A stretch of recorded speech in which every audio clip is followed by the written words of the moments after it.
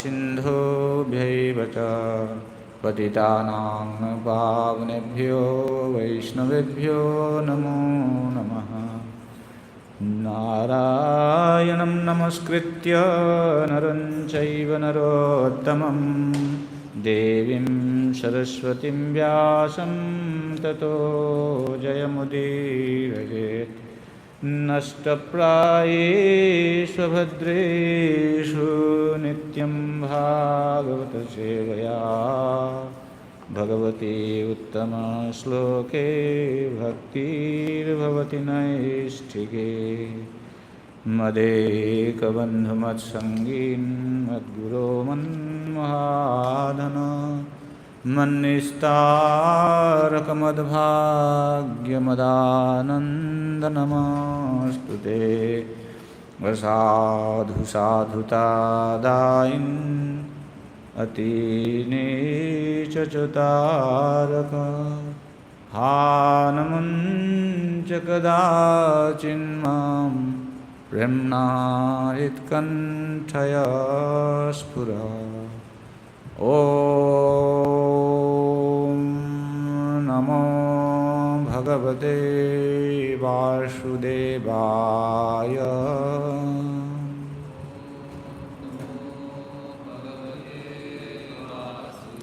ॐ नमो भगवते वासुदेवाय।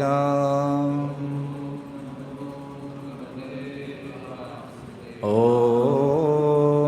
नमो भगवते वासुदेवाय।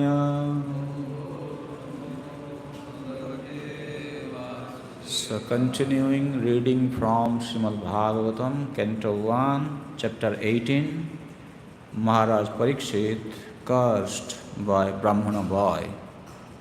Today we are asked to read from text number 24 till the end of the chapter, I believe. And we will see how far we can continue. Okay? So, text number 24, 25 together. So which one we should read? Okay, all the verses we can read. Ekada dhanurudyamya vicharan mrigayam vane mrigan anugata santaha क्षुधितस्त्रुवो त्रिषितो भृशं जलाशयमचक्षाणः प्रविवेश तमाश्रमम् ददर्श मुनिमासीनं शान्तं मीलितलोचनम् प्रतिरुद्धेन्द्रियप्राणं मनोबुद्धिमुपारतं स्थानत्रयात् परं प्राप्तं ब्रह्मभूतम् अविक्रमं क्रियं विप्रकीर्णजटाच्छन्नं रौरवेणाजिनेन च विशुष्य ताळुरुदकं तथा भूतं मया च अलब्ध तृणभूम्यादि असम्प्राप्त्यार्ध्युषु नृतः अवज्ञातमिवात्मानं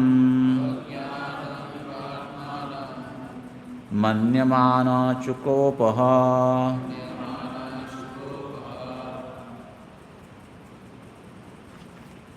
So, we are discussing about Maharaj Parikshit.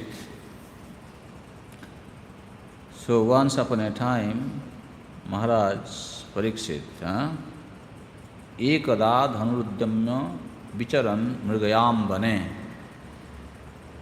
So, once upon a time, Maharaj Parikshit, while engaged in hunting in the forest with bow and arrows, became extremely fatigued, hungry and thirsty while following the stars.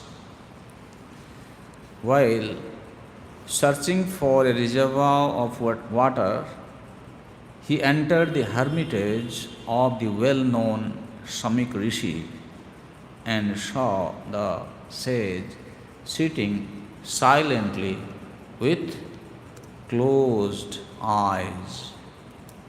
So, here it is explained that ekada dhanuruddhamya vicharan mrigayam bane. So once upon a time, King Parikshit, he entered the forest for hunting expedition. And he had bow and arrow with him.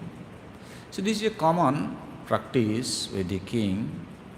Nowadays, of course, there is no king. Even though there is king is just for the namesake. King is there. Some other people are doing the job. And that also they are not doing it properly.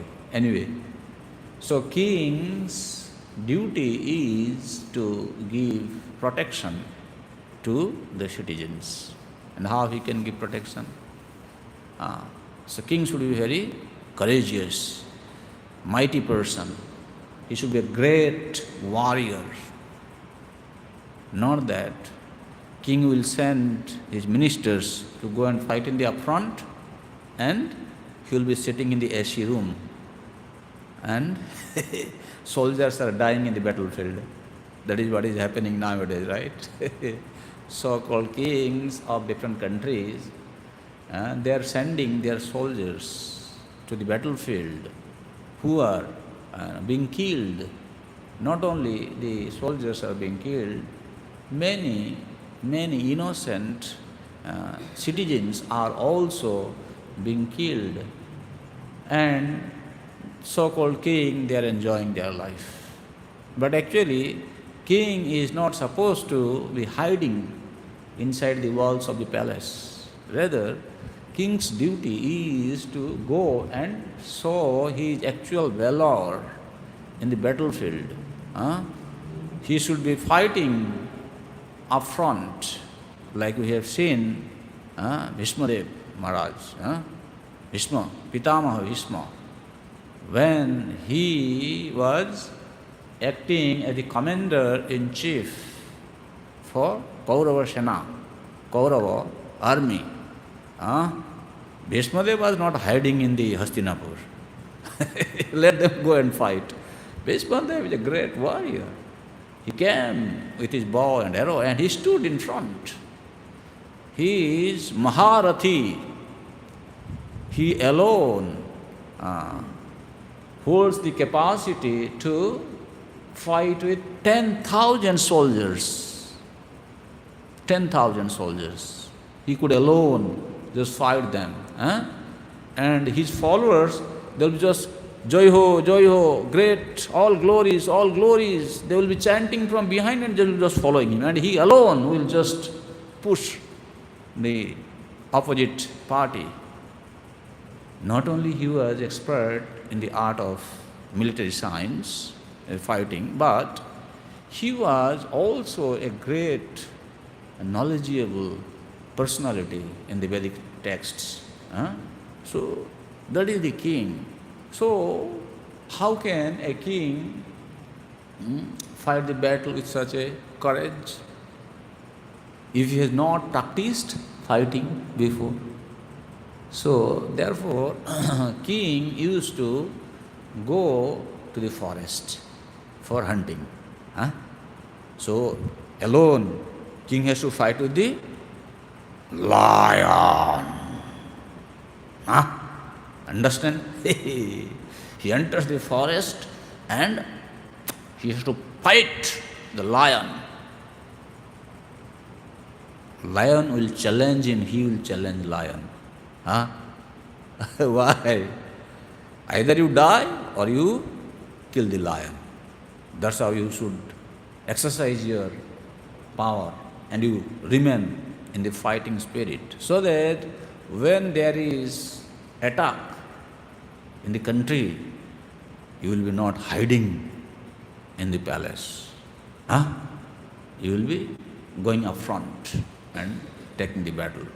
So therefore, Maharaj Parikshit, once upon a time, he entered the forest with his bow and arrows, and here it is mentioned that Mriga Nanugata Santa. So he was following the animal. Here it is mentioned deer, stags. And sometimes they also go for hunting the stag. Kings are allowed to eat meat. So he was following, and what happened as a result, because he was, following the animal in the forest, stag in the forest, so he became fatigued. Hard labor, result of hard labor, he became fatigued and extremely khuditas trishito vrisham, extremely hungry and thirsty. So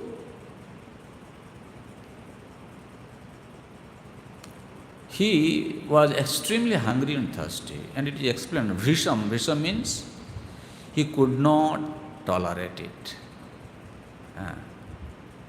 The king's tolerance of extreme hunger and thirst was one of his shortcomings, because Maharaj Parikshit was not an ordinary king, he was a Rajarshi, king and at the same time Rishi.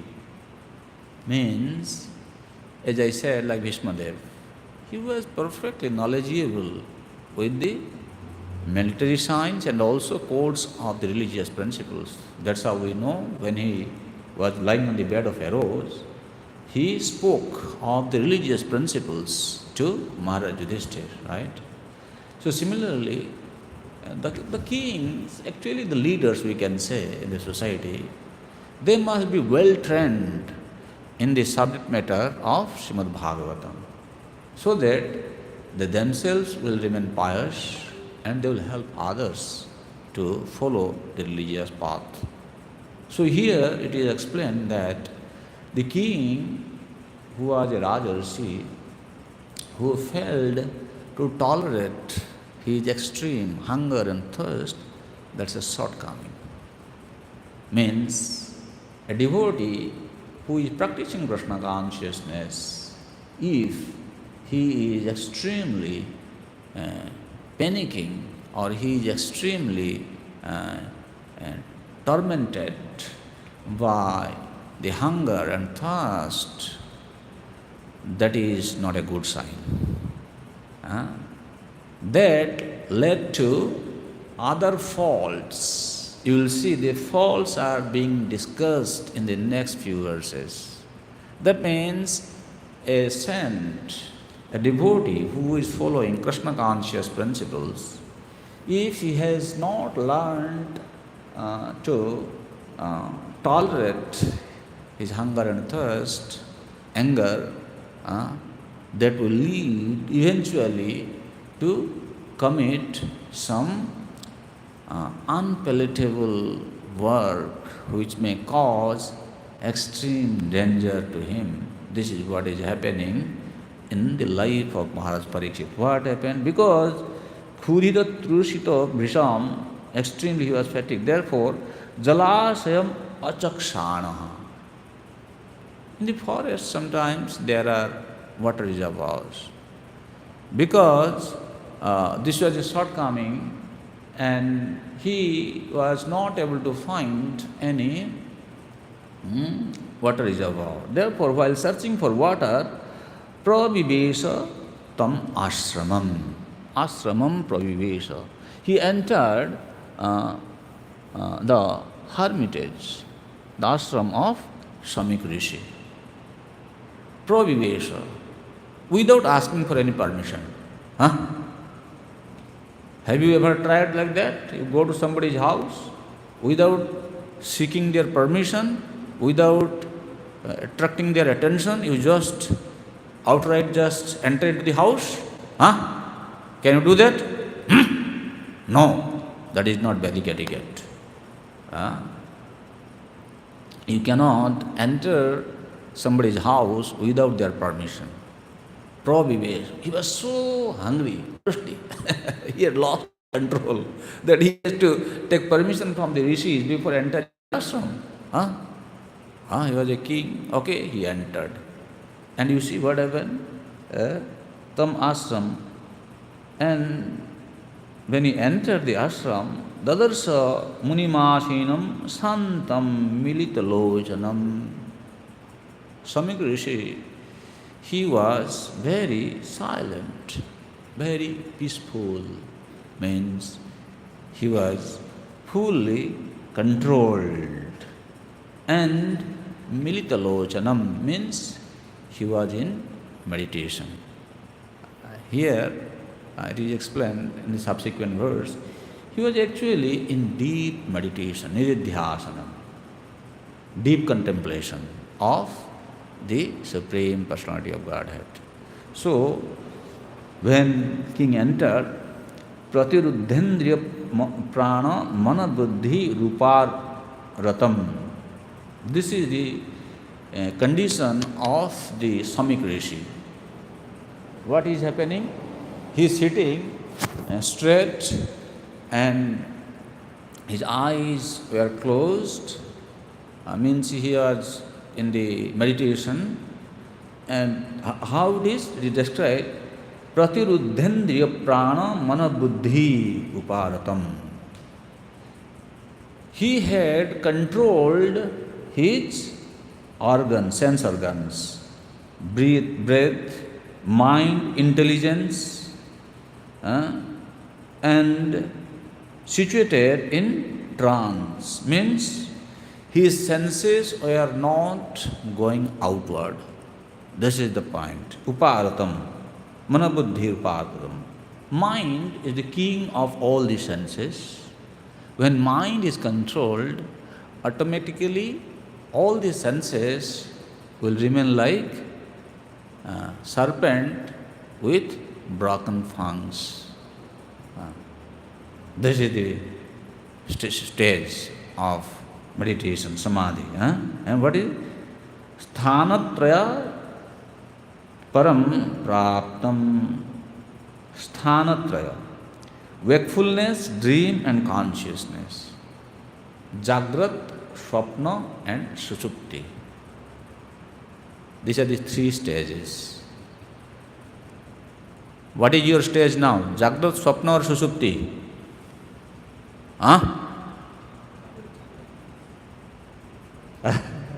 Tell me. What is your condition now? Jagrat? You are awakened? Oh, you came today. Okay, she is saying Jagrat. Why did you say Jagrat? Tell me. Looks like we are Jagrat because we are walking, right? Our senses are, yes, awake.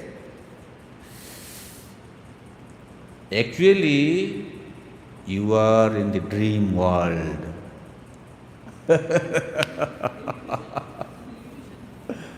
Yes, what is happening? You see, this world is a dream. Dream means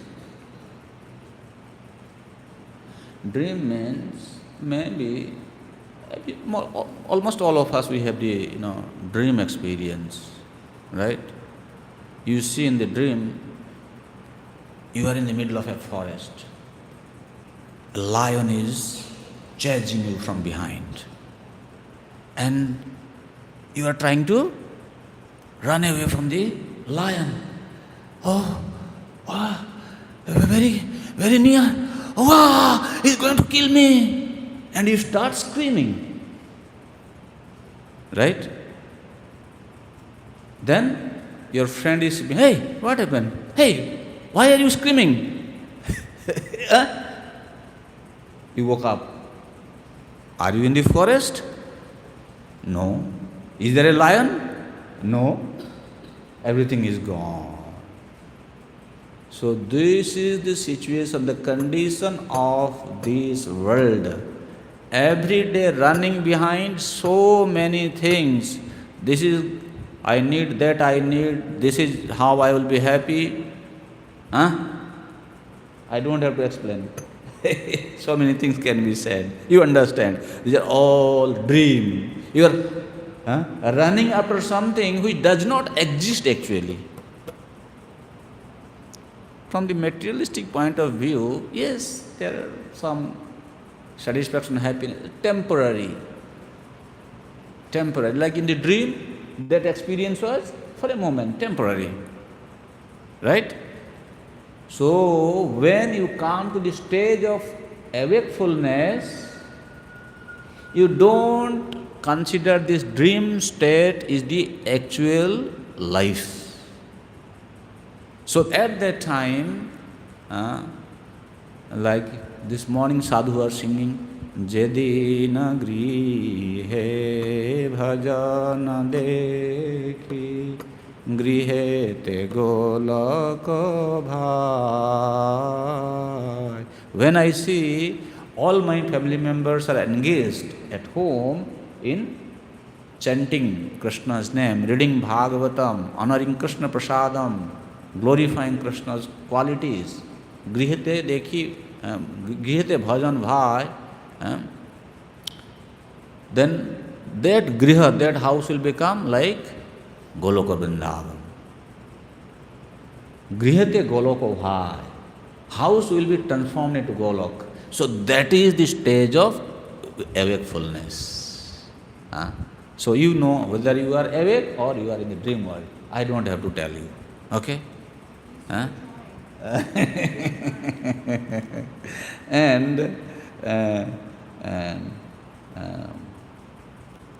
unconscious. When you are in the deep sleep, you are unconscious. You don't know anything, right? Beyond these three stages, there is a stage called Turiya Sthiti. Means, if from your perspective, yes, we are walking, you are conscious, awakeful, we are sleeping in the dream, and sometimes we are in the deep sleep. Actually, Jagrat, Swapna and Sushupti. This is the three explanations. Awakefulness condition, and then Swapna Avastha, dreaming state, and Sushupti, deep sleep. When living entities, after pralaya, after devastation, they go and stay in the body of Mahavishnu until the next day Brahma begins, when the creation will start. They will be there in deep sleep, Sushupti. Okay. So, but the Muni, he was beyond these three stages. Neither he was in the body of Mahavishnu, nor he was dreaming, or he was in the wakeful condition. He was, that is a Turiya Sthiti, beyond fourth stage. Okay? What is that stage? That stage is when the sadhaka has realized his Swarupa. What is your Swarupa, Ishan?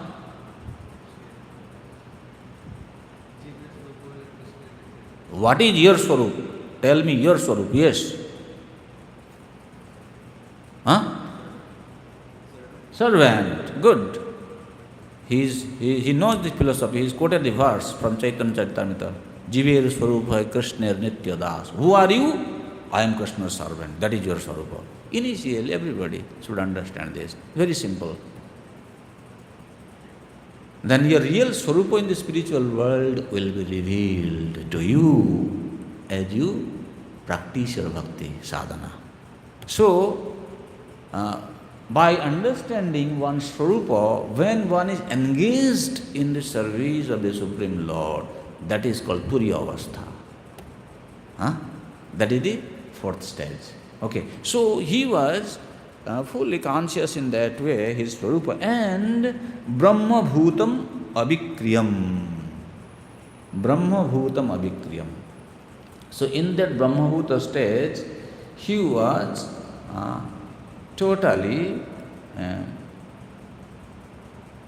peaceful and satisfied. And what was happening? Vipra Kirna Jata Channam Aurora Bena Jinena Cha Visushya Tal Rudakam Tatha Bhutam Ayachata. The sage in meditation was covered by the skin of a stork, and long compressed hair was scattered all over him. The king, whose palate was dry from thirst, asked him for water. And what happened? Alabdha, this is the verse today. Alabdha trina bhumyadi asampraptyarghya sunrita. Sunrita.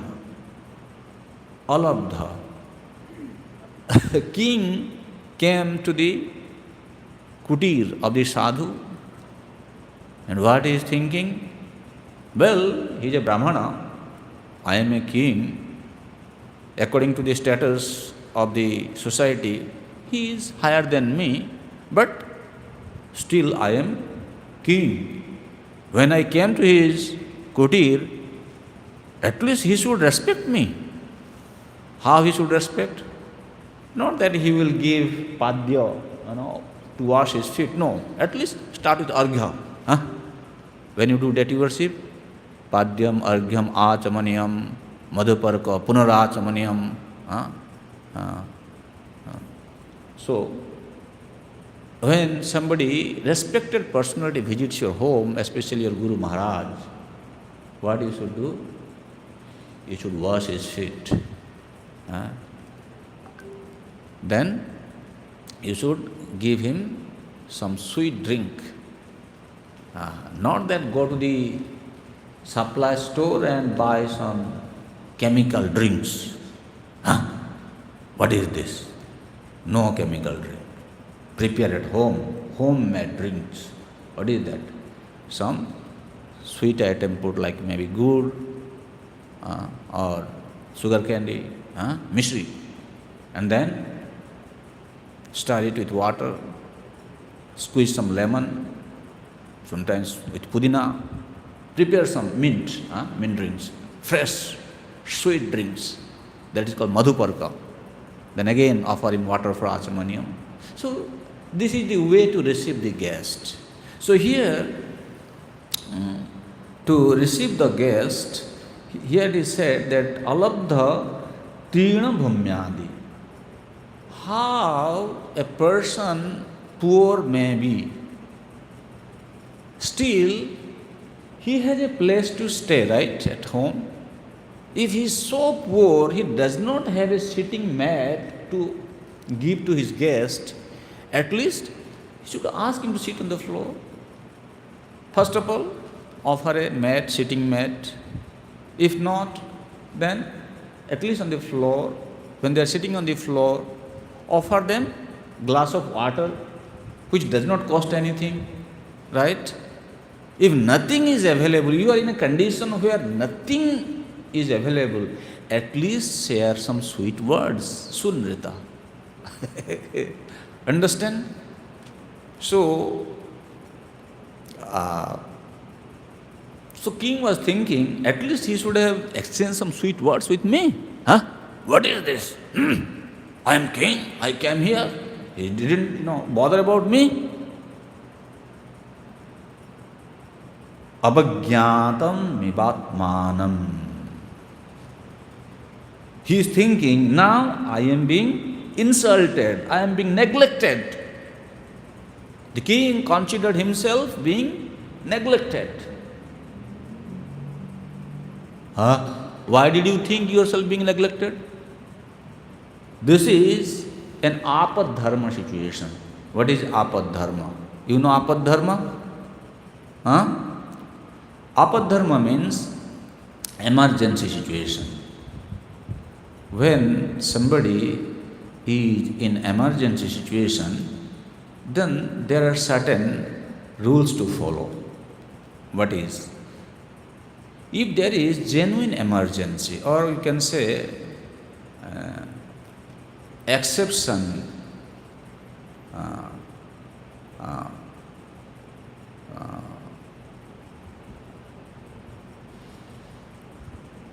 some temporary exceptional situation if you face, like in this situation, the sage is sitting in meditation, he doesn't have any external consciousness. Okay, now you need water. Already you have entered the house, the hermitage. Why don't you just go find the water? In the ashram there is water also, right? Why you are expecting him to give you water if he didn't greet you? King could have done that. Make sense?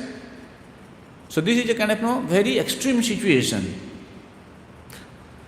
But when it is not extreme situation, one should not compromise the religious principles. In extreme situation, when it comes to life struggle, death-threatening situation, or to protect one's religion, one can avoid following the general rule of dharma. Okay? So this is an exceptional situation. He need not have to wait for the rishi to come and greet him and give him a glass of water. Okay, you go, take the water on your own. He did not do that. Why? Manyamana abhagyata. Right? The verse says, Manyamana. Abhagyatam ivatmanam manyamana. And Chukrusho became very angry. See, initially I said, actually, Sutta Goswami is saying by the way, not my words. He said, anyone who has lost the control of his anger, one who cannot control his hunger and thirst, that situation will eventually lead him to perform some undesirable act. Means his krodha will aggravate. So that is what is happening here now. And here, here is a rishi sitting. You are a great person. I need to respect him. He has lost that control. Understand? This is the shortcoming. Therefore, a sadhu is very, very careful in executing all his duties. Whether you are brahmachari, grihastha, vanaprastha or sannyas, does not matter. Whatever your status of life may be, you need to be following the religious principle. See, this is what happened. This is a great dosha. It's a great fault. That he sees a saint is sitting in meditation. Still became angry? Well, equally Bhagavatam is full of lessons for all of us. One may ask this question, right? The time now? Sean? Only 15 more minutes. Okay. So one may ask this question that he became so angry. You see what happened. This is the message here for us, lesson for us. When we become prey of our anger, thirst, or hunger. What will happen?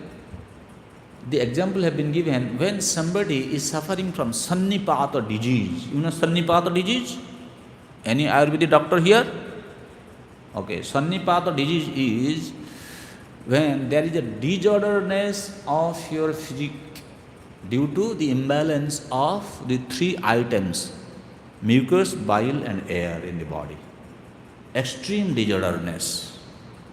Then it cannot be treated with items which are cooked in ghee. You understand? Ghee is supposed to be Balavardhaka, means ghee is a sign of strength.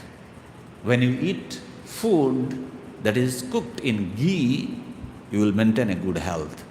Now, already he is suffering from Sannipat disease. Then how can he consume some item which are cooked in ghee? It will spoil his health even more. Okay? Therefore, you have to eat different food. So this is what has happened. That he is suffering from these shortcomings. Therefore, this medicine could not work on him. What medicine? Are Baba, sage is here, you are in the sage's ashram, better surrender to him, inquire from him, learn the truth. Huh? You becoming angry? This is what happens. Did you understand? Message is clear? Sadhus? Message clear, right? Okay. So if we don't learn how to practice Krishna consciousness, when there is a time, we can learn things from a saintly person, we will neglect. Therefore, to become a true practitioner of sadhana bhakti is very, very important. But in this verse, somebody may question, well, this king, that to Parikshit, he became angry. He became tormented by thirst and hunger. He became so angry, he lost his control. And he couldn't take advantage of the king. Therefore, Sutta Goswami is very, very nicely explaining this pastime.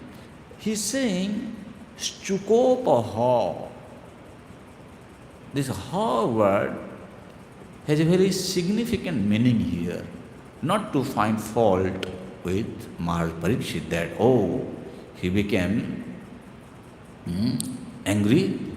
No. Here, this word ha means, I'll tell you, ha refers, anger may sometimes be displayed either out of astonishment or as a means of imparting instructions. Sometimes mother is trying to teach the baby. She is angry out of astonishment. Make sense? Mother? Yes, she can relate to it. Yes. See, Bhagavatam is for everybody. Sometimes, why are you doing like this? She is showing anger. Because she says, how come you, my kid, how do you do this? Huh? What is this? Out of astonishment. As a means of imparting instructions. Guru sometimes become upset with the disciple. He chastises the disciple. Why? Why are you doing this? While chanting Prabhupada, you have seen, right? Hare Krishna, Krishna Krishna, Hare Hare, Hare Ram, Ram. Hey, sit properly. Right? So Guru has that responsibility. Guru does that. But here, for general instruction, this is the instruction that we have been learning in this section, in this episode, that if you have not learned the art of controlling your anger, my dear sir, you will enter into trouble. Even though there are saints living around you, you will not be able to take advantage of their presence. My dear sir, learn this lesson. Instruction. Huh? Not that you find fault with Maharaj Parikshit. And this entire episode is targeted for a higher cause. What is that higher cause? The higher cause is just like Arjuna was put into delusion in the beginning of the battle, Kurukshetra. Why? So that Bhagavad Gita can be spoken for the benefit of the entire humanity. Similarly, Maharaj Parikshit have been put into such a situation so that the sound incarnation of the Supreme Personality of Godhead, Srimad Bhagavatam, can make his appearance for us. This is the kind of message. So we should not try to find fault, but rather read it carefully and learn, take the lessons. Okay, few more minutes are there. Project, one after another translation. Now it is your turn. Read and complete. Okay, text number 29. Start. You start.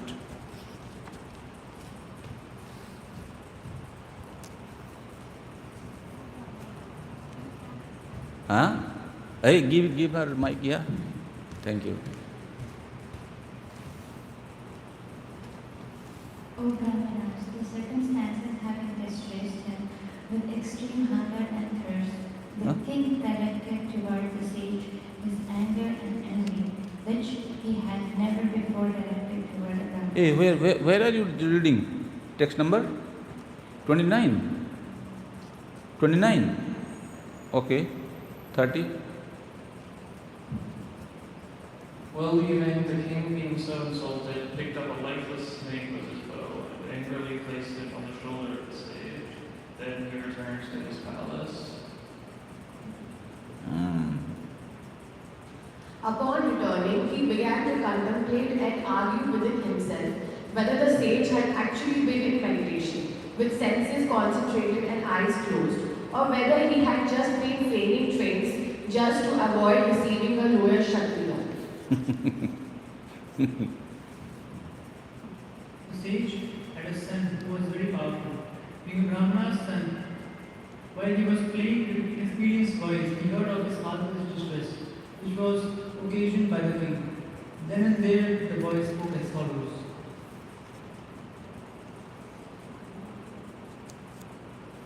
The Brahmana's son strictly said, "Oh, just look at the sense of the rulers who, like crows and watchdogs at the door, perpetrate sins against their masters, contrary to the principles governing servants."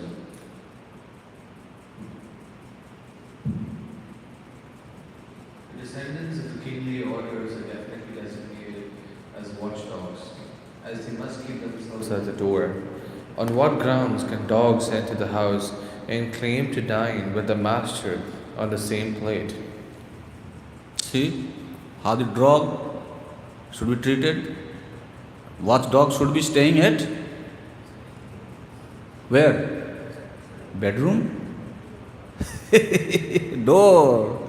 Now, dog has become so dear to the modern civilization, dog has occupied the prime place in the house. Huh? Everybody having dog. Wow. The dog civilization. What is this? Okay. After the departure of Lord Sri Krishna, the personality of Godhead and supreme ruler of everyone, this upstart have flourished, our protector being gone. Therefore, I myself shall take up this matter and punish them. Just witness my power. The son of the Rishi, his eyes red hot with anger, touched the water of the river Kaushika while speaking to his playmates and discharged the following thunderbolt of words.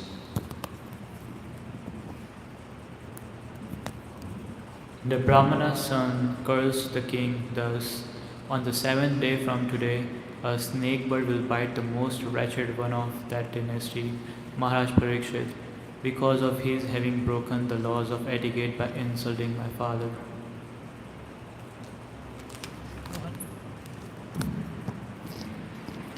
Thereafter, when the boy returned to the hermitage, he saw a snake on his father's shoulder, and out of his grief, he cried very loudly.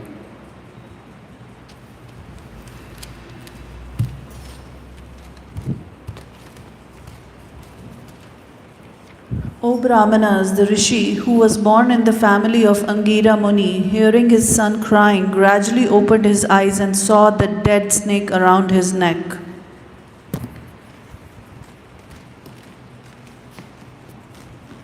The father heard from his son that the king had been cursed, although he should never have been condemned, for he was the best amongst all human beings. The rishi did not congratulate his son, but on the contrary began to repent, saying, "Alas, what a great sinful act was performed by my son. He has awarded heavy punishment for an insignificant offense."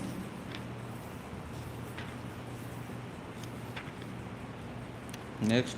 Oh, my boy, your intelligence is immature, and therefore you have no knowledge that the king, who is the best among human beings, is as good as the personality of Godhead. He is never to be placed on an equal footing with common men. The citizens of the state live in prosperity, being protected by his unsurpassable prowess. My dear boy, the Lord who carries the wheel of a chariot is represented by the monarchical regime, and when the regime is abolished, the whole world becomes filled with thieves, who then at once vanquish the unprotected subjects like scattered lambs.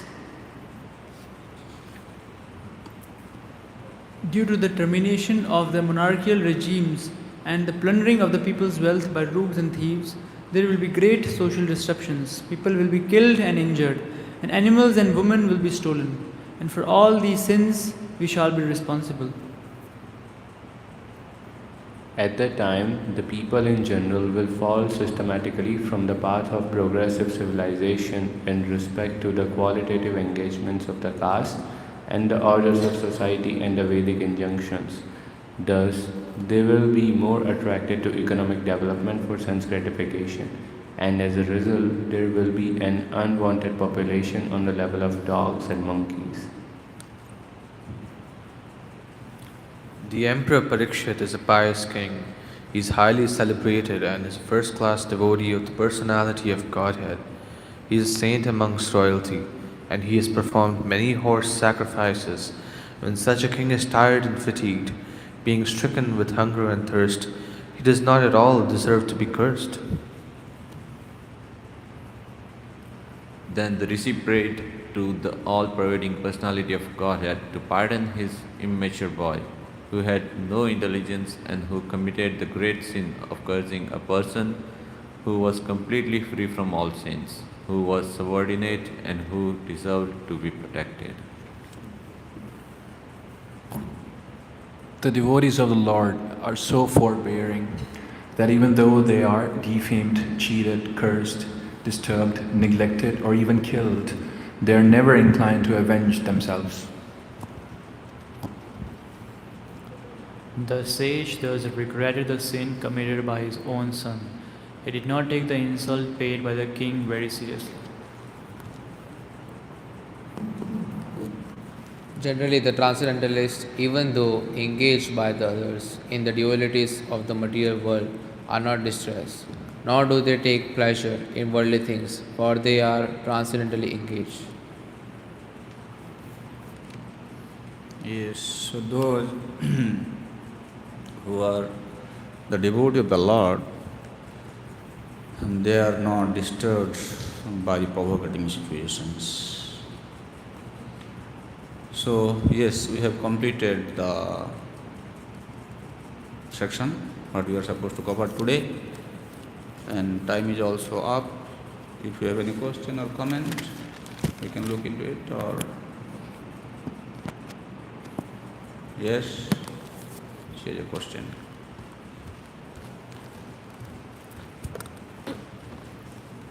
Hare Krishna Prabhuji, thank you so much for an amazing session today. So I would like to ask, like, it mentions that devotees are in distress even at the adverse conditions, right?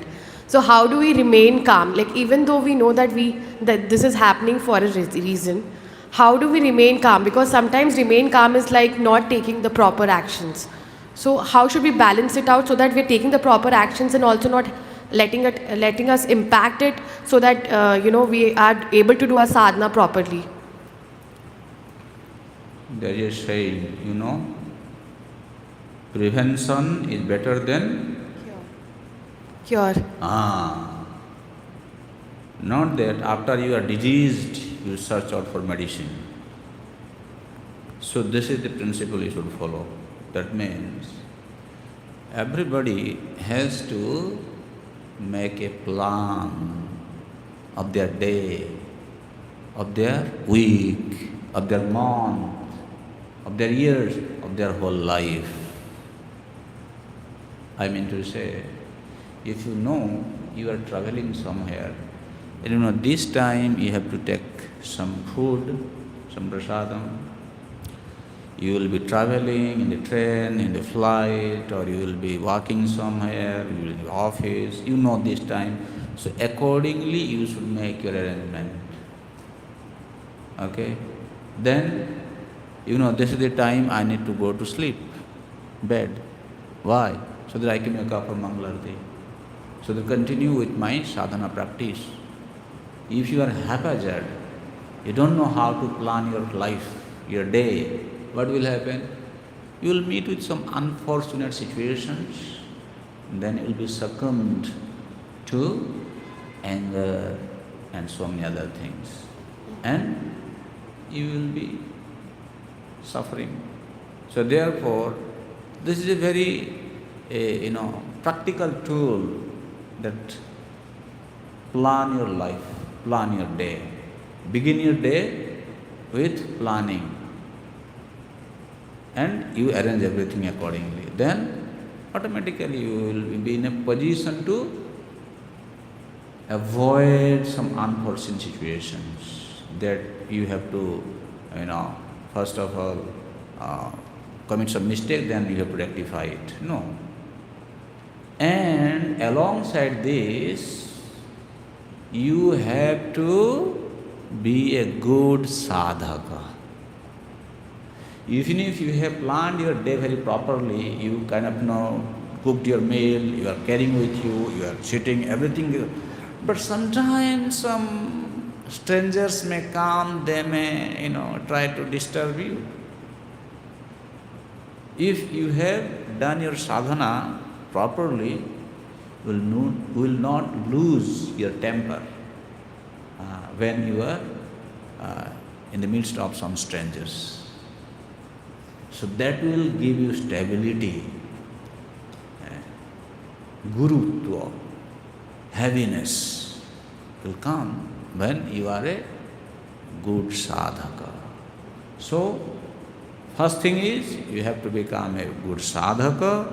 Second thing, you plan your life, your day, and follow the schedule. Then you can very easily avoid or navigate the situations.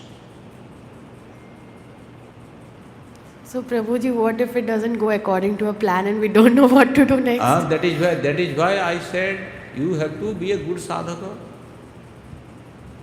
I didn't say just plan. Did I say? So you have to have both. Sadhu. Just by planning you can navigate the material world. Material world is very tough, very rough. If you are kind of, sadhaka means like today we study something, right? We learn. It's sticking to our heart. Then we want to practice it, apply it. So similarly, you study Shastra, then you try to apply. And it will become your life. Then what happens? In some emergency situation, this practice will help, will protect you. Therefore, आचार प्रचार नामे करहो दुई कार्य. We don't just preach, but you also should practice what you preach.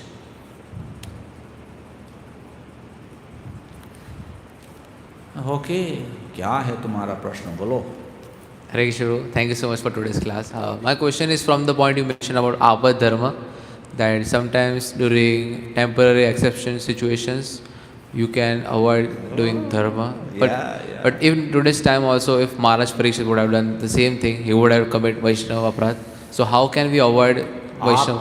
Apa dharma, not that you have a desire to eat outside meal, and what you are doing, oh Prabhu, you do not know, I am working in the office, I have no other means. This is apa dharma, I can go and buy a pizza from, well, even though they are cooking meat, but they have a vegetarian section in that restaurant. I know, I am buying from the vegetarian section. So you are justifying, because you have a desire to eat that. You are not in life-threatening situation. That is not apa dharma. Compromising for the sake of listening to the mind's interest. That is not apa dharma. In somewhere Prabhupada also mentioned apa dharma, when somebody is struggling for life, at that time they can eat even meat.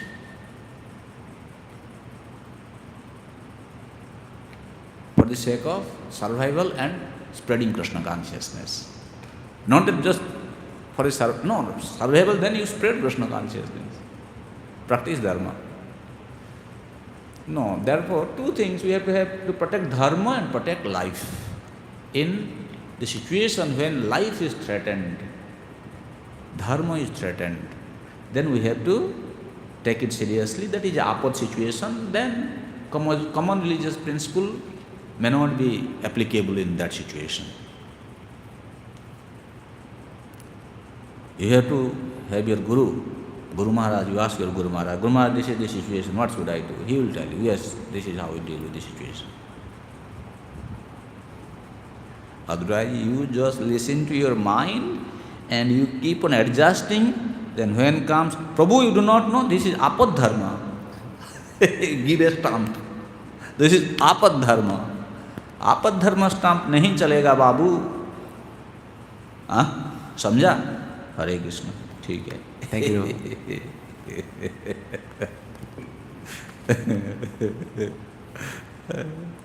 आपद धर्म. Okay. So we have a seminar today, evening, 6:30. Okay. Come if you have time. It's an interesting thing we will discuss.